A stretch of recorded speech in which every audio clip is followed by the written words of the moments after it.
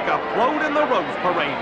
A big grudge match between these former comrades.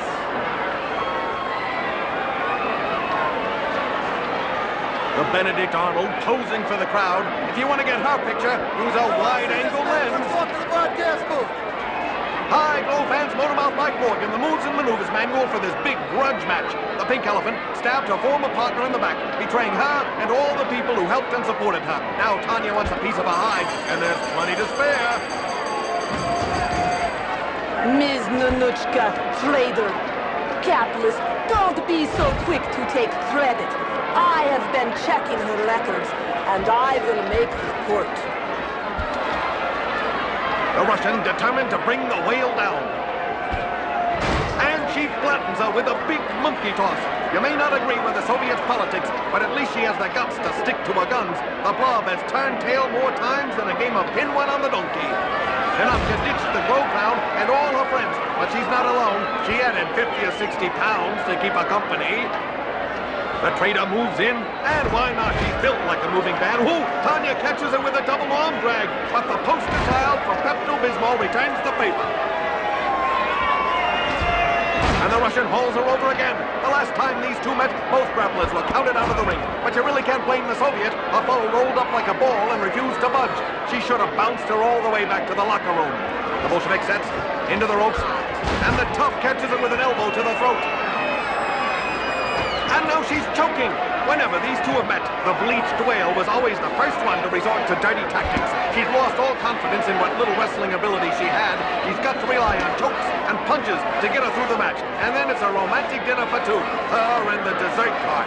She hauls her into the reverse bear hug. Tanya struggles and pulls her into a backdrop. Wake up, Ninotchka. The last time you used that hold effectively was 3 years ago. The years have not been kind to the slab of beef. Her once strong body now looks like a convention center of Pillsbury Doughboys. And the parasite thinks she's got a centerfold figure. Here, for famous monsters of filmland. The Soviet pulls her up, Irish whip to the ropes. Whoa, and Tanya completely 360s her with a big feel. I think the traitor sapped half her strength, carrying her load over the ring ropes. Major going for the pin, the pink puddle flopping around like a walrus with cramps. But she's able to kick out. The waiting one operating on sheer instinct. She's usually lost after the bell rings. They set in the corners, and both miss with rolling tackles. That's the fastest I've seen Benedict Arnold move since they had to give away day at the local snack bar. They spring off the ropes, both trying to get a grip on the other. The Pink Elephant thinks she's joined the rich and famous, but I know Robin Leach wouldn't visit her home even at gunpoint. The grappler's rising slowly, the blob going for the hair, again resorting to illegal moves to save her bloated skin. Ooh, and the truck missed with that drop kick. She was lucky to get that much bulk in the air without requiring a tow from the concord. And she slugs Tanya. Ninotchka's skills have dissolved faster than Alka-Seltzer in water. She takes to the ropes and pulls her foe out of the ring. But the Soviet easily recovers and now gets the upper hand, blasting her. The traitor may think she's a fashion plate, but the Russian is about to discard her like an upper plate. She catches her foe in her head scissors. Ooh, and she rams the Soviet into that steel ring post. The referee tolling the count. They've got 20 to get back in the ring. And the Bolshevik kicks the pink chiffon charade off. Whoa, and she mares her on the arena floor. Ooh, now Tanya caught in that monkey toss. And the traitor goes for the pin. The knothead completely forgetting where she is. You can just hear her arteries hardening. The Major rushes her. The Benedict Arnold forces her off and heads back to the safety of the ring. And the blob beats the count by 1 second. Talk about stealing a victory. Ninotchka knew she didn't stand a snowball's chance in the Bahamas of pinning Tanya, so she kept her outside the ring long enough to be counted out. But the Soviet doesn't want this match to end yet. Ninotchka made it in by the count of 20. Tanya missed. She's disqualified. The match is over, girls.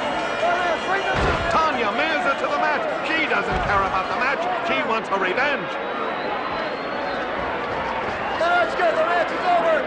And again, the pink pain goes for a choke. Tanya did not break the rules once, while the wad of bubblegum's behavior would make a gutter rat gag. The match is over. And the proud Russian doesn't want a foe to get away this time. They struggle. It's a wonder Johnny C's still in the ring. He's usually locked himself in his vault by this time. She temporarily holds her with a hard kick.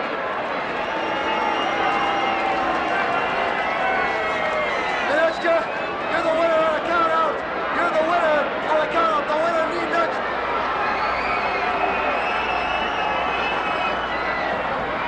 Ninotchka does not need victories by technical distress. I want this match finished once and for all. Ninotchka with some tough talk. She wants this match finished, but Tanya's liable to finish her off. The weighty one forces her over the ropes. The traitor claiming victory. But if she really wanted this fight to continue, she would have gone out after her foe. I think there's a lot of yellow under all that pink. Of the gorgeous ladies of wrestling.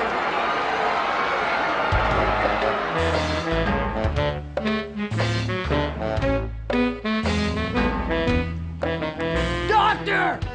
What would you do if I stole your skeleton? Beastie, I'd really have a bone to pick with you. Ah!